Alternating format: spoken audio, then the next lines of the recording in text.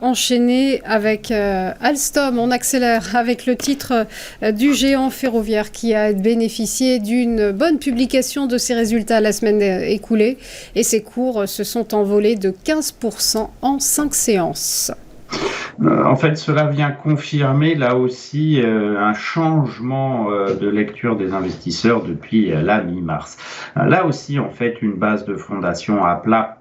Après une chute extrêmement spectaculaire, on va dire une base de fondation à plat entre novembre et mars, un gap haussier pour en sortir par le haut et donner un premier signe de force. Et depuis, c'est une succession de creux et de sommets ascendants qui s'accélèrent récemment. Alors on note un petit soutien intermédiaire à 16,52, une lecture haussière, surtout un manque en fait de résistance notable. On avait baissé de façon tellement violente en octobre, que les cours font face à, on va dire, une grosse zone de vide, et la nature ayant horreur du vide, les cours sont censés poursuivre ce mouvement haussier au moins jusqu'à la zone de résistance vers 20,50, peut-être que jusqu'au gap vers 21 euros, dans un mouvement qui peut retrouver un certain dynamisme, mais qui surtout doit se faire de façon assez unilatérale. On note cette, on va dire, nouvelle capacité d'Alstom à accélérer à la hausse qu'elle n'avait pas vue depuis longtemps,